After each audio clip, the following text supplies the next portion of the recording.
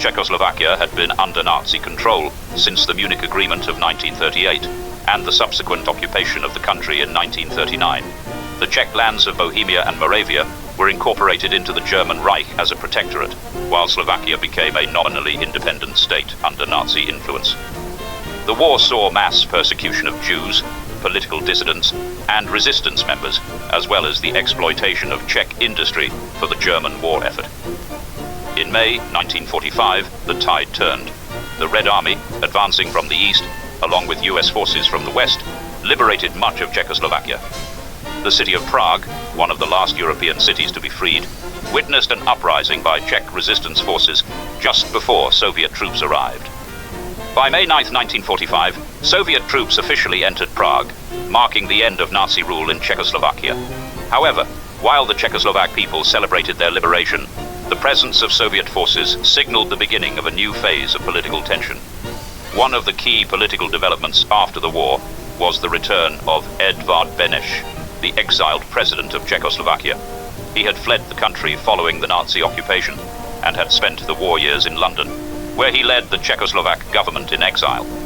With the end of the war, Beneš returned to Czechoslovakia and sought to restore the Democratic Republic, which had existed between 1918 and 1938. Upon his return, Beneš worked to re-establish Czechoslovakia's sovereignty and oversee the formation of a new government. This period, known as the Third Czechoslovak Republic, lasted from 1945 to 1948. Beneš aimed to balance the political landscape by promoting a coalition government that included both democratic parties and the Communist Party, which had grown in influence during the war, thanks in part to the Soviet Union's role in liberating the country. It's 1945 in Czechoslovakia, and the Communist Party of Czechoslovakia is set to play a critical role in the country's political future. Under the leadership of Klement Gottwald, the party is gaining significant influence. With the liberation of most of Czechoslovakia by Soviet troops and the Red Army's presence in Eastern Europe, the party's alignment with Soviet communism positions it favorably in the shifting political landscape. The Communists stand out in the National Front government because of their well-organized structures, strong working-class support, and direct backing from the Soviet Union. They portray themselves as the champions of the working people and the driving force behind the resistance against the Nazis, which wins them substantial popularity. The elections, held in May, are the first free and democratic ones since the war, but they highlight the deepening divide between political factions. The Communist Party of Czechoslovakia wins 38% of the vote and becomes the largest party in the new National Assembly. While the Communists don't have an outright majority, their strong showing, combined with their Soviet backing, puts them in a dominant position. Despite their electoral success, the Communists must form a coalition government within the National Front, which still includes non-communist parties such as the Czechoslovak National Social Party and the People's Party. Edvard Beneš remains president, overseeing this coalition. Klement Gottwald becomes the deputy prime minister, and the Communists take control of several key ministries, including the Ministry of the Interior, the Ministry of Information, and the Ministry of Agriculture. Beneath the surface, tensions are growing between the Communists and their coalition partners. The Communists use their control of key ministries, especially the Interior Ministry, which oversees the police, to gradually consolidate their power.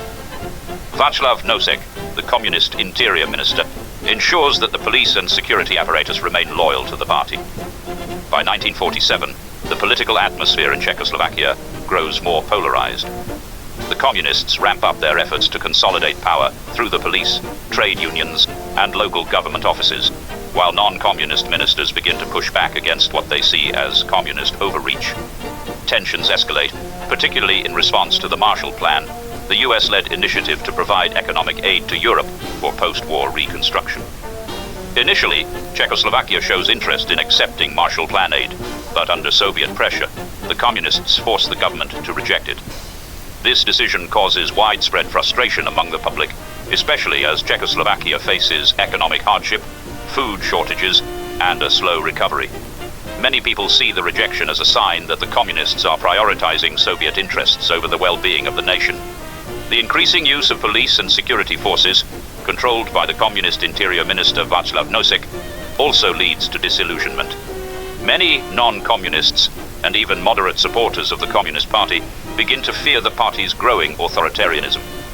The The communists use their control over the police to suppress opposition, intimidate political rivals, and silence critics, leading to a sense that democratic freedoms are being eroded.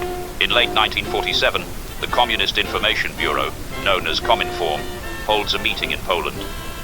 This organization, established by the Soviet Union, serves to coordinate communist parties across Europe and maintain control over their actions and policies. At this meeting, Rudolf Slansky, a prominent leader in the Communist Party of Czechoslovakia, represents the Czechoslovak delegation, along with other Eastern European communist leaders. During the meeting, discussions focus on the strategies for maintaining and expanding communist influence in Europe. The participants express their commitment to the Soviet model of governance and the need for unity among communist parties in the face of Western capitalist threats. Slansky supports the directives issued by the Soviet leadership, which are designed to strengthen communist control in Czechoslovakia and other Eastern Bloc countries. To bolster its position, the party begins to engage in extra-parliamentary action. The party organizes spontaneous demonstrations, which are framed as expressions of the people's will. These demonstrations serve multiple purposes. They are designed to showcase popular support for the communist agenda, intimidate political opponents, and pressure the government to adopt policies favorable to the party. In February 1948, a political crisis unfolds in Czechoslovakia that culminates in a dramatic shift in power. On February 21st, the situation reaches a breaking point when several non-communist ministers resign from the government in protest against the communists' growing influence and authoritarian tendencies. This move is intended to force President Edvard Beneš to intervene and either dissolve the government or call for new elections. However, the resignation only strengthens the position of the communists, who view it as an opportunity to consolidate power. In response to the resignations, the Communist Party quickly mobilizes its supporters, organizing demonstrations and rallies across the country. The party frames these actions as expressions of the popular will, presenting itself as the defender of the working class against a coalition that it characterizes as corrupt and ineffective. Workers' delegations flood into Prague, demanding that the government remain intact and that the communists be given a larger role.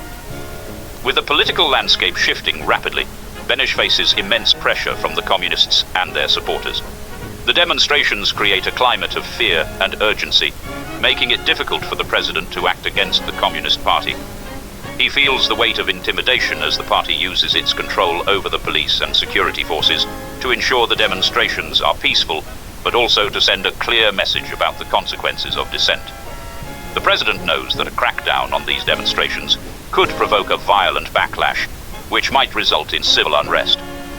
On February 25, 1948, the communists achieve their goal. They successfully negotiate with Beneš and force him to accept a new government that is dominated by the communists. The communists, led by Klement Gottwald, gain control of key ministries and effectively eliminate any remaining opposition. The coalition is now a mere facade, as the non-communist ministers are actually approved by and loyal to the party. The only man not controlled by the communists is Minister of Foreign Affairs, Jan Masaryk. On March 10, 1948, Masaryk is found dead in the courtyard of the Foreign Ministry.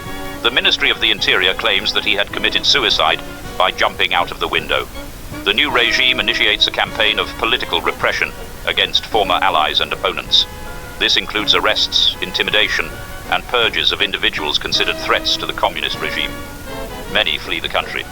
Then the government drafts and adopts a new constitution on May 9th that formalizes the one-party system and the primacy of the Communist Party and declares the country the People's Democratic State.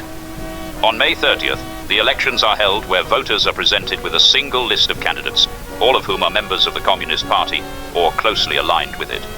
There is no genuine competition or alternative choices available to the electorate. In June, Klement Gottwald becomes the new president after Beneš resigns. Until 1990, there were no more free elections in the country.